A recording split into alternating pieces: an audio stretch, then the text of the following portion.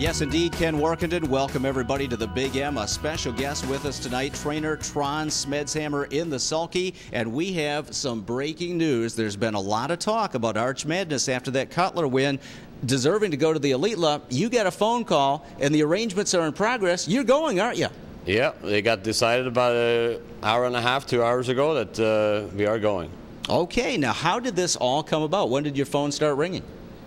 Well, you know, we had plans to go last year, but the horse wasn't coming back as good as we liked, so we kind of canceled. And this year I said, you know, Barry and Mark, the owners, asked me this winter, what's the plan this year? And I said, let's just let the horse get ready. No, you know, don't make a plan. We'll see what happens. If the horse is that good in the middle of May and we can go, we can go. But I'm not going to make any plans early. Now, there has been some questions. We've been following Lucky Jim traveling over there, some airplane delays and what have you because of the volcanic ash thing or what have you. Have you put your plans together for Arch Madness? How will this all go down?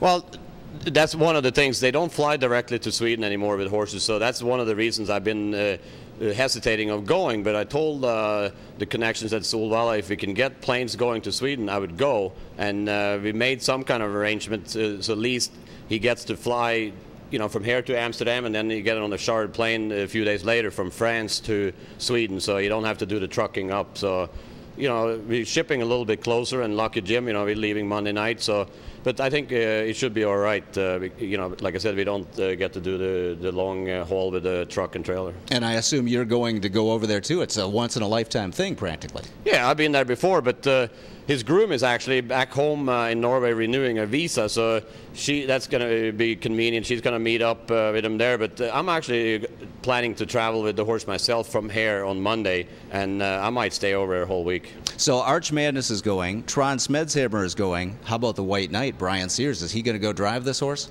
Well, I hope I can talk him into it. I had a lunch with him and had a talk with him about it today, but he's not too set on it yet, but we're working on it. You got to help me. Now, if he doesn't go, which I think he will decide to go, and Hollywood Hayden will twist his arm in the paddock tonight, would you drive the horse yourself? Well, it depends on my options, who I can get. You know, there is some good drivers over there, but you know, they are committed to other horses already. So if I don't get one I'm real happy with, I might put myself up, yeah. Well, Arch Madness has always been perhaps a little bit temperamental. I know a couple years ago you said you weren't sure if he was mentally ready to go overseas. Would it be a risk to put up a catch driver who's never sat behind him before? Well, he's actually very good manner in the race. It's warming him up is the problem sometimes, but he's fairly good manner in the race. It grabs on a little bit going up behind the gate, but besides that, he's pretty good. All right, well, let's roll in the Cutler from Saturday night, and of course, you slayed the Dragon, beat Lucky Jim in that effort. This horse was so good, but when the post position draw came out and you drew inside Lucky Jim, you and Sears had to be licking your chops, right? Yeah, when I saw the draw, I said to Brian, you know, that definitely leaves the strategy pretty simple. You know, let's make sure you don't get around you and get to the front before him, and you know, make him work whatever he's going to do, come first over or try to clear. You know, he's going to have to work to get around you. So, you know, and Arch obviously brought his A game. He was super good Saturday night. So, you know, that was probably his best race ever.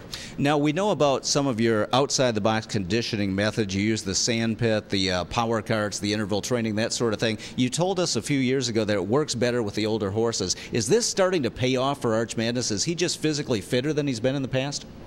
Yeah, I don't know. You know, he's been fit. It's just, you know, he was a great 3-year-old at the end of the season, and he actually had a good 4-year-old season.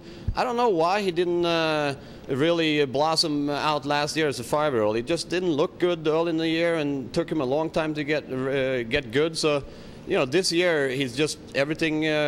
You know, he's the kind of horse I expected him to be right now. And you know, if it is the methods or whatever it is, I don't know. But he certainly is good and sound and strong right now. Let's talk about your arch rival, Lucky Jim. You trained the horse at 2 and 3, and it's not like he was a slug. I mean, he was second in the Pennsylvania Sire Stakes final, made the final both years, raced in the Hambo Limbs. Did he ever give you the idea he would have the talent that he's shown the last year or so?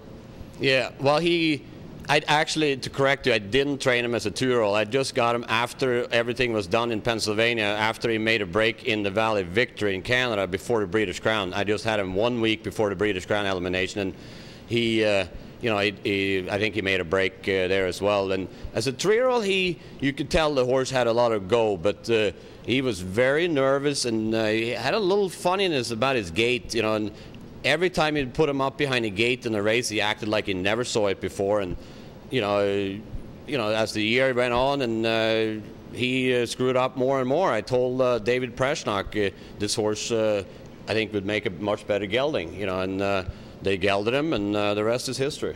Now, Lucky Jim, if he does have one Achilles heel, he tends to lean in, especially on the far turn, and it seems like it's an issue that hasn't gone away this year. Did he have that problem for you at all?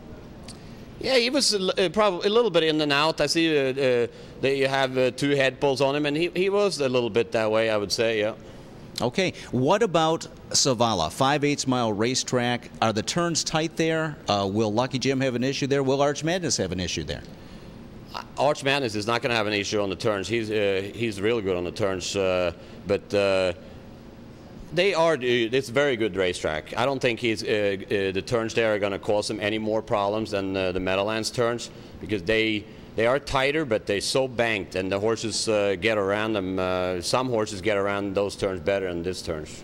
Well, we have 3 horses to cheer for now, folks, in the Elite Lap. Lucky Jim, Enough Talk, is going to race, and now Arch Madness officially invited and planning on going. That is huge news. But, Trond, a couple of 3-year-olds you're getting ready for the Hambletonian we want to talk to you about. Break the Bank K. Let's take a look at him winning last summer before you got him. You qualified him again today. He won in 55-1. And how is he in your mind? Is he right where you need him right now?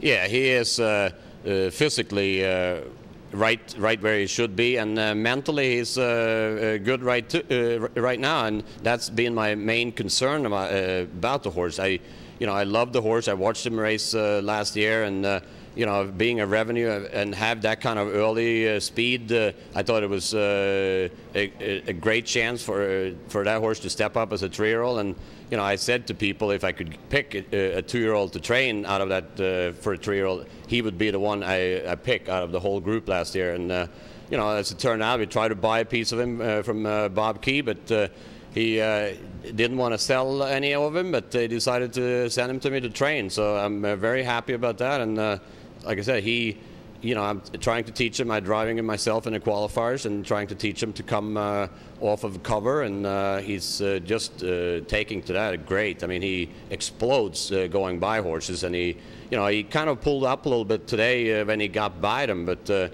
he got a lot of go.